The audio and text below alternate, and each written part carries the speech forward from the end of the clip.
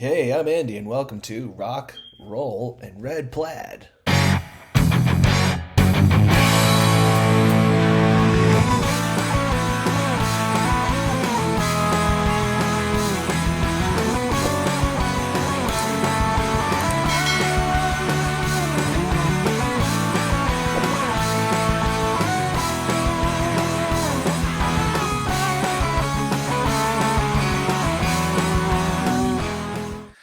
All right, here we are. Episode, I believe, 30 something at this point of Rock, Roll, and Red Plaid podcast with Ed Gerhard. How are you, Ed? I'm good today. How you doing? Good to have you. Um, it's strange to think that I've been aware of what you've done for almost as long as I've been playing guitar, and that's about 20 years at this point. And it's been you're one of my go-to favorite acoustic players. So Well, thank really you. thank you for coming on and being so accessible to this. Well, my Um, pleasure. Thanks a lot. yeah, of course. Right off, who was one of your first big influences to start playing when you were younger? The first one would be Segovia. I saw him on Uh, TV when I was, I think, 10 or 11 years old. Um, and I just couldn't believe the sound. He was giving a master class, and there was some, I don't know who it might have been, but some young female players playing. I was thinking, wow, that's beautiful. And Segovia stops her and goes, no, no, no, no, no, no. He was a bit pedantic that way. And then he played the same thing, and it blew my socks off. And the guitar kind of that planted a seed that didn't come to fruition until I was 14 when I finally got a guitar for my actually it was after my birthday. My dad neglected to get me one, uh, but I got a guitar and started trying to learn classical stuff. But the way you learned it, guitar back in those days in 1970 Mhm. was to go to the local music store and sit down with the guy and learn like one string at a time and Wow. stupid little songs with animals titles and stuff, and that wasn't for me. Right. So very shortly after, like a week after I began to play, a family had moved in across the street from me in Pennsylvania, where I grew up. Hmm. And I looked outside the window, and there's a college kid, long-haired college kid, sitting out in front of his house under a tree playing his guitar, and he looked like he knew what he was doing. So I went over and introduced myself, and I listened to him for a while. I asked him if he'd show me some stuff, and he was a more of a folk, singer songwriter style guitar player. And he was into Mississippi John Hurt, so he turned me on to all kinds of. There's a one record, the Blues at Newport, 1963. Mm. You can't find that record anymore, but that was one of those records that changed my life. Mississippi John Hurt, John Hammond, Dave Van Ronk, Sonny Terry, and Brownie McGee. Mhm. It was just incredible. Um, so I switched over from classical to start learning some of the folk and blues stuff. And whenever he was home from college, I'd get a lesson or two from him, and he'd show me some things, and we'd swap records and stuff. And within a year's time, I was showing him stuff. I just had an insatiable appetite for this stuff. And I I hadn't. Oh, sorry, go ahead. I was just saying that that appetite has not subsided, so it's still a big joy for me. I love the those stories where the student, as it were, winds up becoming a peer with the teacher there because it seems like you said, such an appetite for learning all this. You're never satisfied at the level you're at, and you always want to better your best, you know? Yeah, well, when he would be home from college, he would be home for a week or so, so I'd get one or two lessons, and I would try to learn an entire song in one lesson. I couldn't learn all the details, but I would know how it went. I have a good ear, and I was able to memorize stuff. And so once I got the basics, he'd go Mhm. away, and I'd just sort of work on it until I got it right. And then when he'd come back, I'd show him how I did it. Um, so that's kind of the way it went. I just never take no for an answer. I just kept working until I got it. I love that.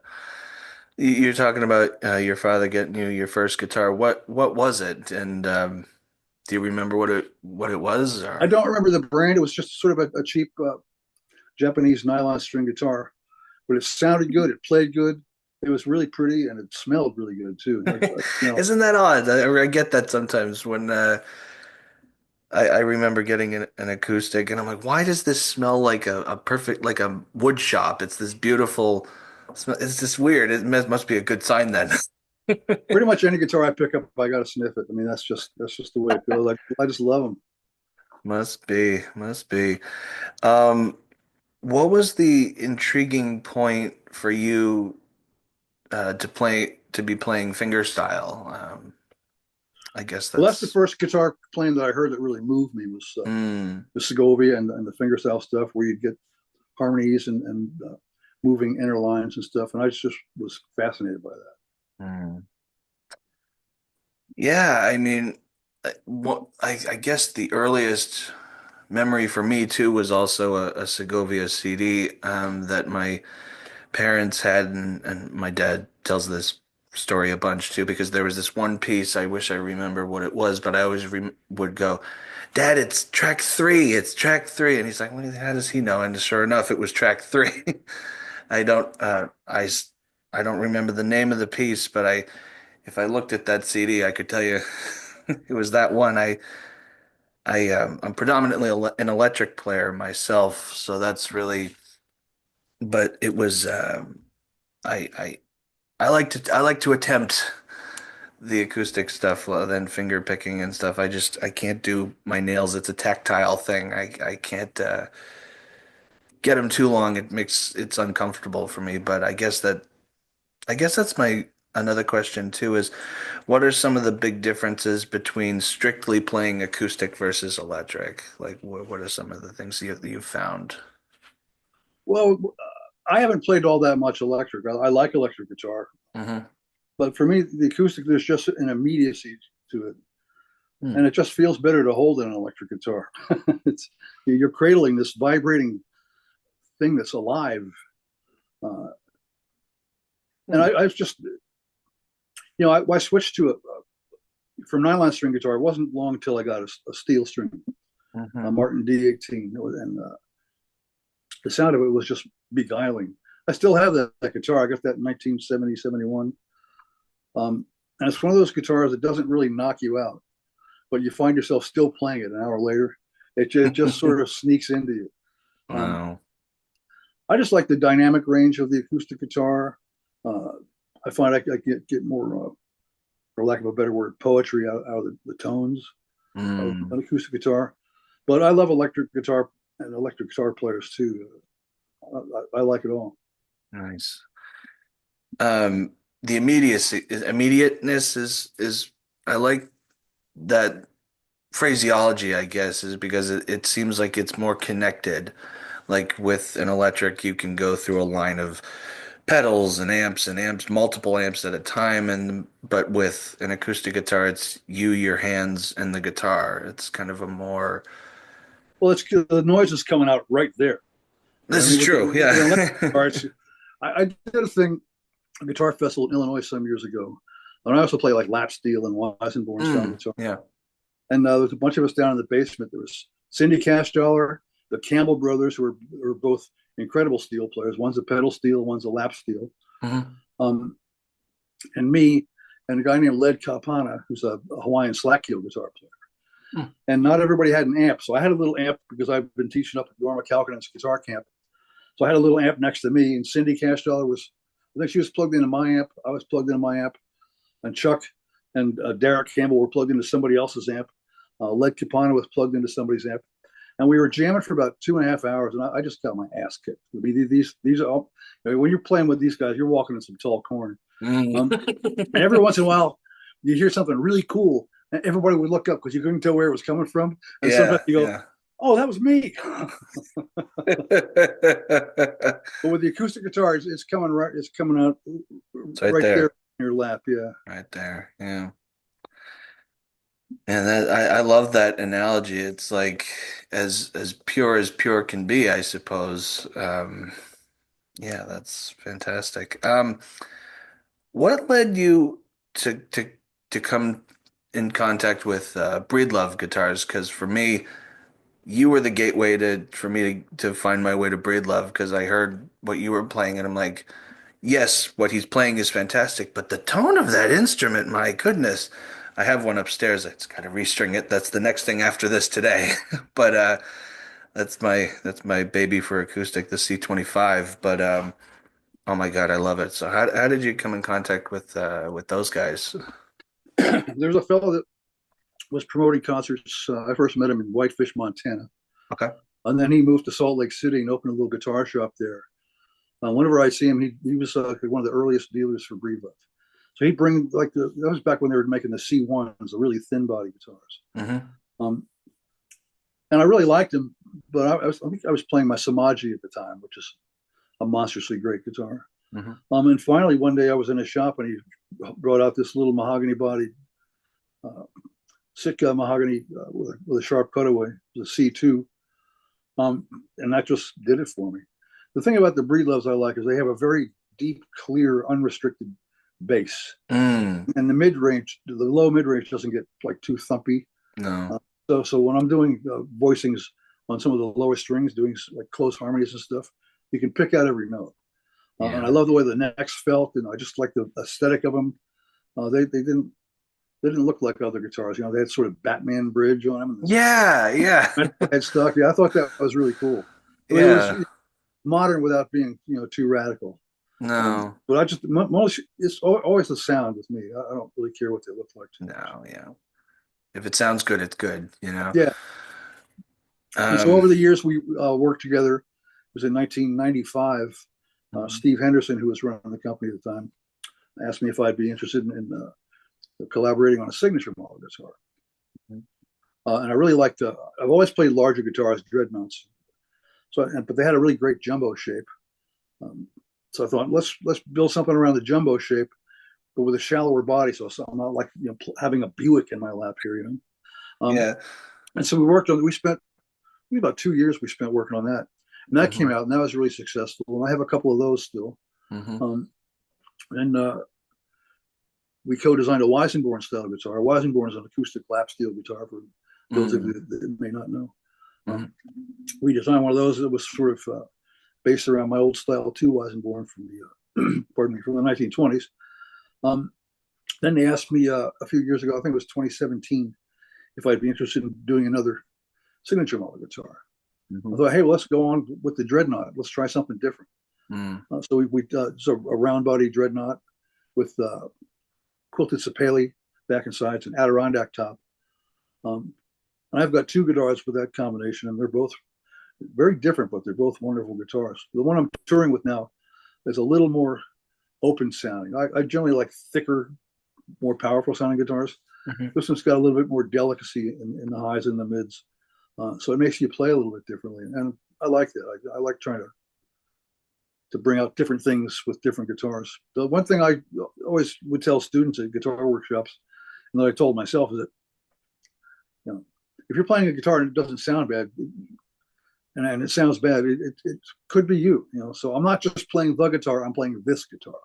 So Yeah. sometimes you have to change your approach a little bit with each instrument. Yeah. With the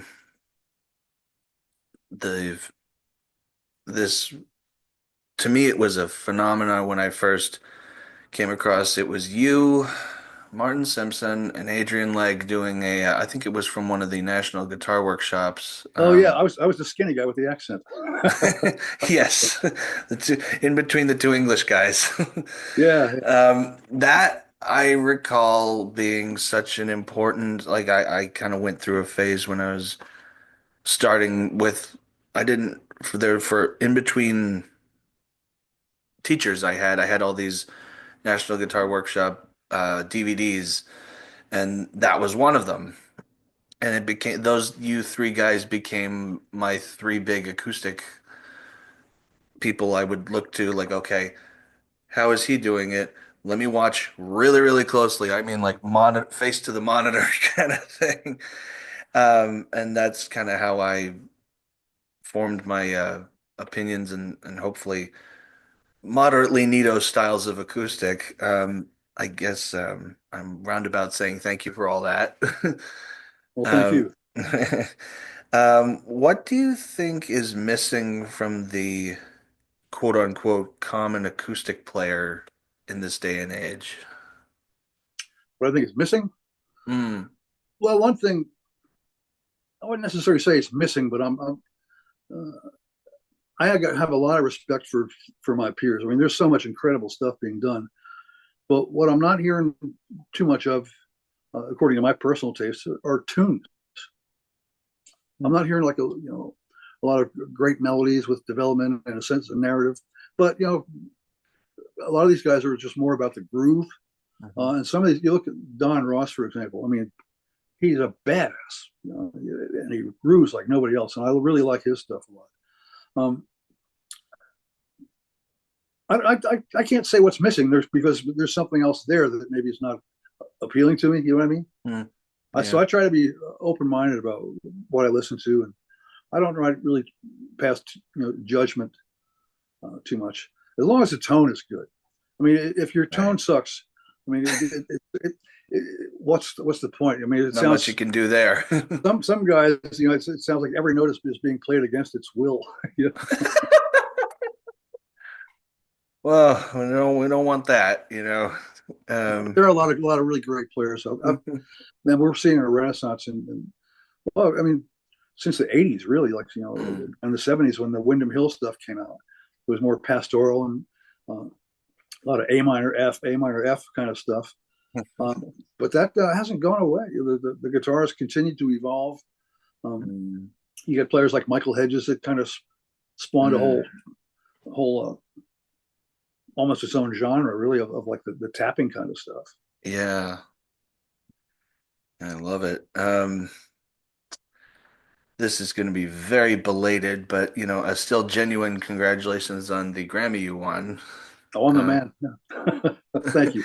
hey, you know what? It is what it is. I mean, what was the experience like that for you?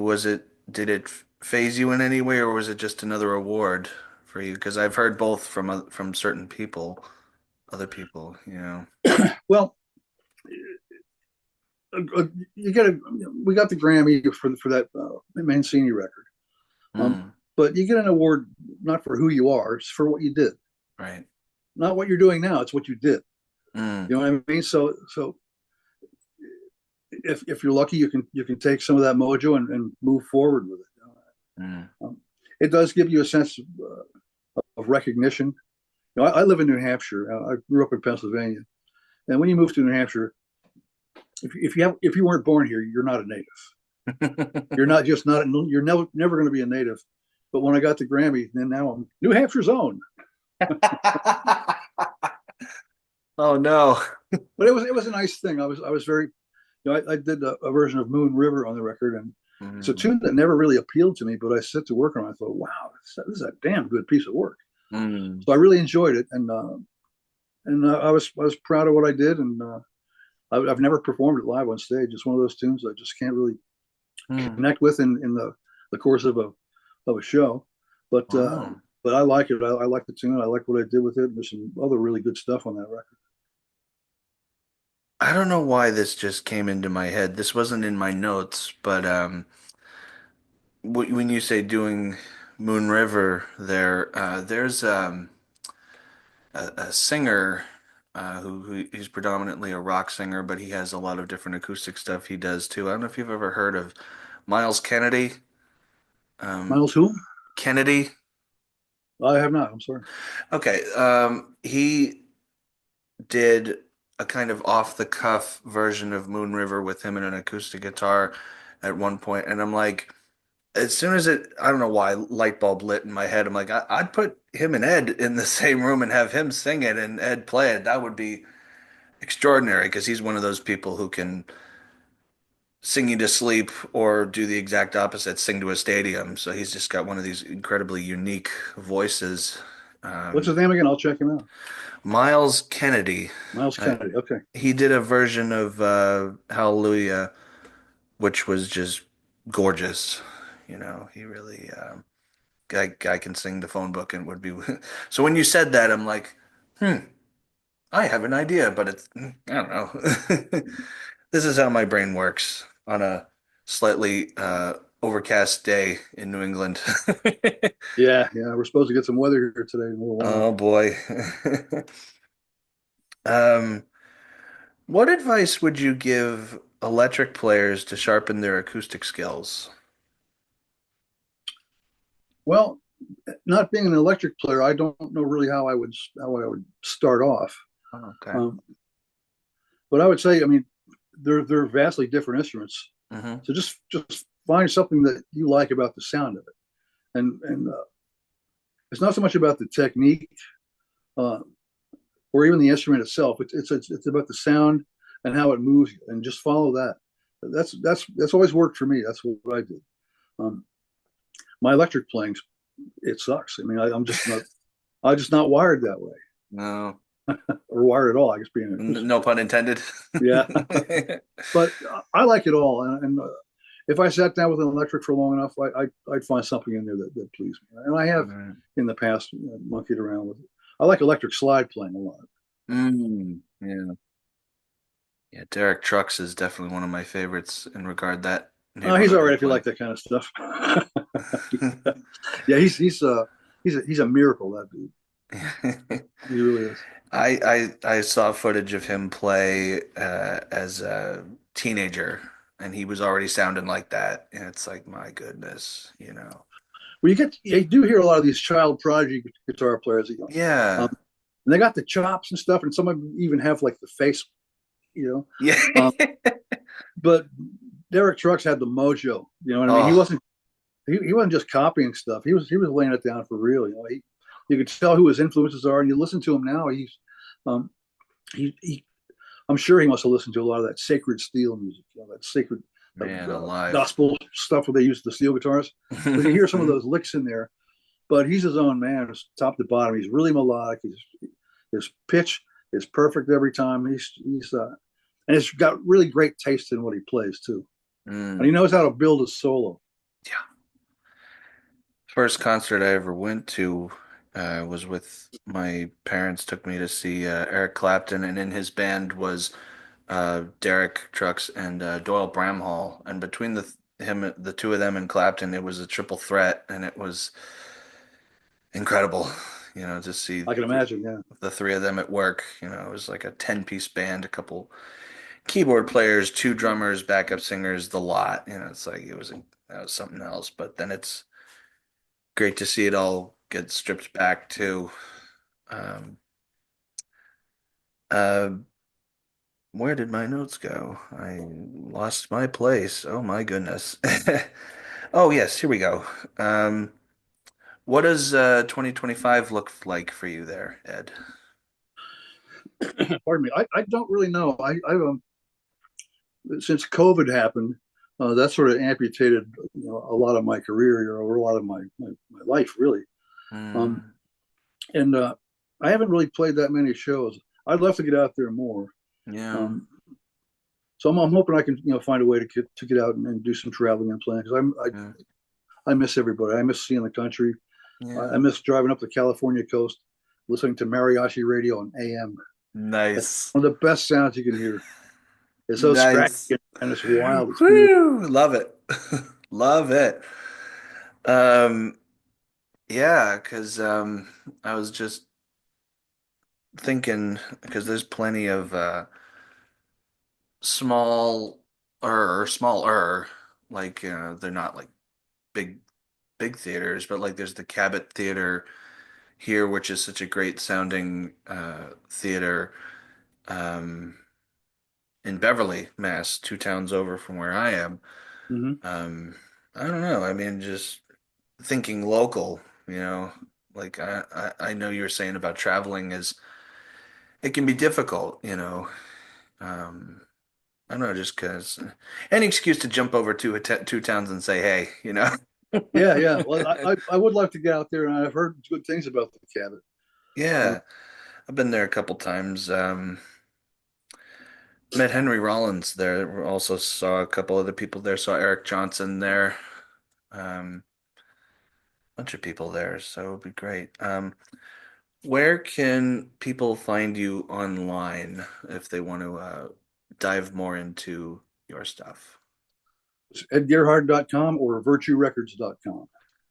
Absolutely. Virtue, not virtual, virtue. Virtue Records. All right. I don't really have a big online presence. I don't do a whole lot, No, well, and the I'm site's there, you know. but it's there, and any important announcements are going to be made on the website and the Facebook page. All righty. Well, Ed, thank you so much for joining us today. This has been really fun, and I hope to see and hear from you soon. And if you're playing within the vicinity, I hope to be there, and I hope to see you. I certainly will, Andy. Thanks so much for your time. Alrighty, thank you. For more of my original content, visit my website, www.andyconley.com.